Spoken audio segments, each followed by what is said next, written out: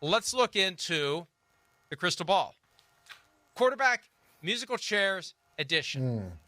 The disclaimer is we are just having fun here, folks. These are not hard and firm predictions, unless, Michael, you feel like. Speak for yourself. Unless you feel like making a hard and firm prediction that will be used against you later. Let's start. There's 4 teams right now looking for starters, other than the Titans, but we think they're going Cam Ward. That's the easiest of the crystal balls to read. And that's probably the one that's more likely to be wrong. Let's start with the Vikings. Look into your crystal ball and tell me who will be the quarterback week 1. Your quarterback, Mike Florio, for your Minnesota Vikings. Get used to it. You got a young guy. You finally drafted a quarterback in the first round. He got hurt last year. He's going to be healthy this year. J.J. McCarthy from Michigan will be your almost rookie starter, second-year guy playing for the first time in the league. That's your starter, McCarthy. As much as it pains me to allow this thought to even entertain my brain. See, this is where the brain needs to disconnect from the gut. The pasta and meatballs, as we call it. This is what I use to pick games. And I actually do not that bad considering I put no thought into it. I just go with the first thing my gut tells me. My gut is telling me it's going to be Rodgers. Ooh. I think he's making a bet that they're going to get through the offseason program and they're going to say Aaron Rodgers is better than J.J. McCarthy is right now. And if we want to go for it, if just good enough isn't just good enough, if we think we can win a Super Bowl with this group, let's roll the dice on Aaron Rodgers. I just have a weird feeling that's what's going to happen. I don't like it. I don't agree with it. Get your jersey ready. I will become an Eagles fan if it happens. I've been taking applications. So far, no one has applied, so I'm sticking with the Eagles. And I think it's going to be Rodgers. So I hate to say it, but that's what I believe. I want to see you in the Rodgers jersey. I want to see that. That will I wonder what number he's going to wear. He'll probably want to wear 10, just because that was for Antonio. No, he didn't wear Joe Namath's number. I got to give him the benefit of the doubt. He didn't wear Joe Namath's number. Joe Namath offered it, and he didn't take it. And I think that was smart, and that's the right thing to do. And I praised him for that because I think if we're going to retire jerseys, we can't unretire them just because we have a great player and that's his number. No, the number's been retired, or don't retire the jersey. Retired is retired. Right. That's right. Or just don't retire the number. Be like the Cowboys and don't retire numbers. If you retire it, it's retired. All right. Steelers, week 1 starter. Who will it be? The Steelers' week 1 starter is going to be the guy you just mentioned. It's going to be Aaron Rodgers. Aaron Rodgers is going to the Steelers because that will be his best option, and that's their best option. Makes sense. Tomlin and Rodgers have been flirting from afar for a couple of years now, a few years, and now they finally make it happen. I hope you're right, and I hope I'm wrong. I hope my gut is failing me in this particular instance. I will go with it's not going to be Russell Wilson. Maybe it'll be Joe Flacco. Maybe it'll be whoever they draft. See, I think that there's a set of facts where Shedeur Sanders, who we'll be talking about later in the show, could fall to the Steelers, although I don't think he makes it to the Steelers. I think as he closes in on the Steelers, somebody else jumps the Steelers because they realize Pittsburgh is going to take him. I think Pittsburgh only gets him if they move up at the right time from 21. I'm going to say Mason Rudolph. I think they're content to go with Mason Rudolph. And I think these other things they have going on, maybe they'll bring in a veteran, but I think Mason Rudolph is going to win the job, and I think he's going to be the week 1 starter. I think their answer is already in the building. Giants. Unless you want to, feel free to comment on Mason Rudolph, but they told us. No, I like that. It would be a good story. We talked about him. That would be a good story if Mason Rudolph wins the job. You just named the quarterback of the Giants. I don't know if you realize it. You named their quarterback. His name is Shedeur Sanders.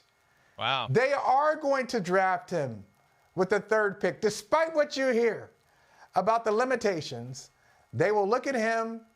He'll be there at number 3.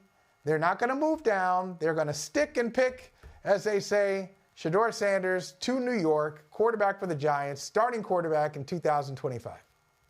They currently have one quarterback on the roster. His name is Tommy DeVito. And as I've been saying, he's a journeyman who's never really journeyed yet. He's been like living with his parents or close to his parents and with the Giants, but he feels like a guy who should be moving around the league from place to place. Potential journeyman quarterback. He a future journeyman quarterback, Tommy DeVito, whose journey has yet to begin, and there's no shame in that either. He's good enough to be in the NFL. He's not good enough to start. I don't want to rule out the possibility he's suddenly going to access some greater reservoir of talent. They're really stuck. They're really stuck.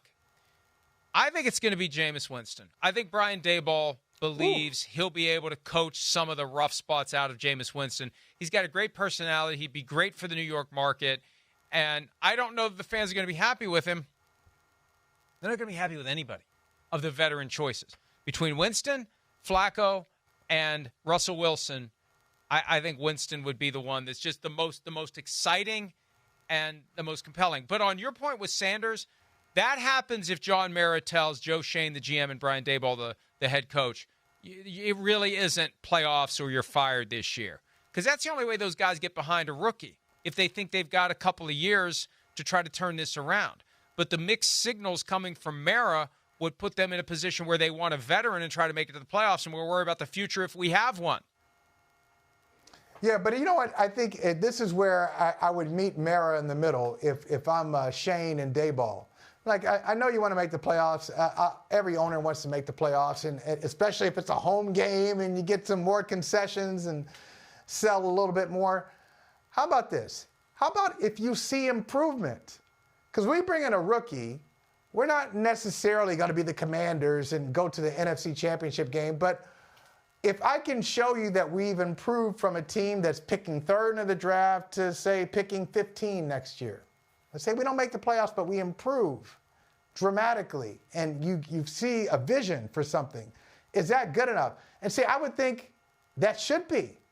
Well, I think what he is concerned about is this thing just keeps descending, and there's no hope for the fan base or for ownership, and they don't know where it's going. So, yeah, then you'd have to move on. But let's say if they double their win total next year and they have some sparks, some excitement, I'd retain the staff. And I don't disagree with that. And improvement is in the eye of the beholder. The problem is the dysfunction flows from the top of the organization, and John Mara has been the common thread. I don't know how they won 2 championships this century.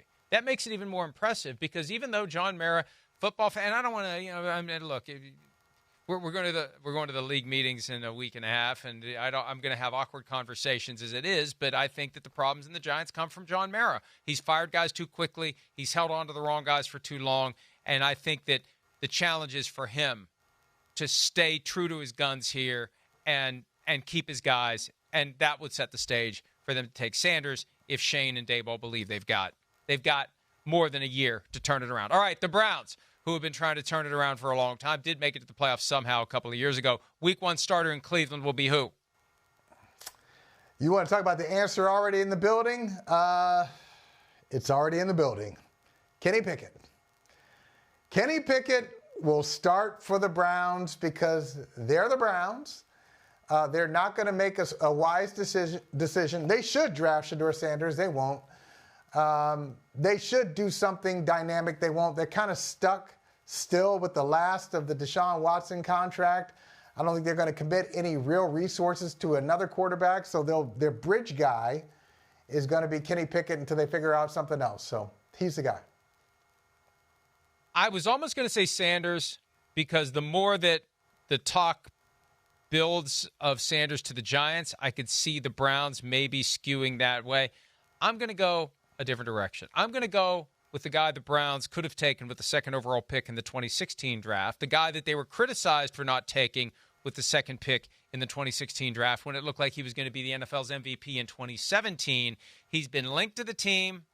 And I think he would beat out Kenny Pickett in a fair and square competition, which is going to happen.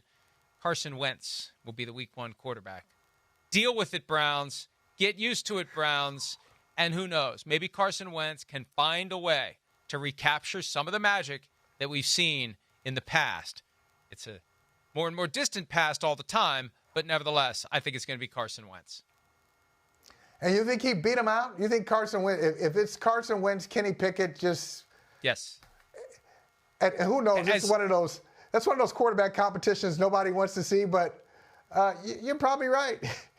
Probably is better than Pickett. Probably can do more for an offense than Kenny Pickett can. You know, just Sims in terms said of throwing the ball.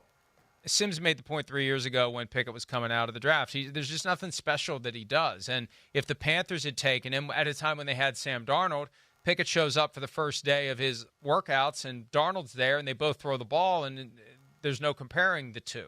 So I think that Wentz would beat him out. I think Pickett was just a cheap insurance policy. They were out on Dorian Thompson-Robinson. They were able to move him and bring in Kenny Pickett, and he'll be there to compete.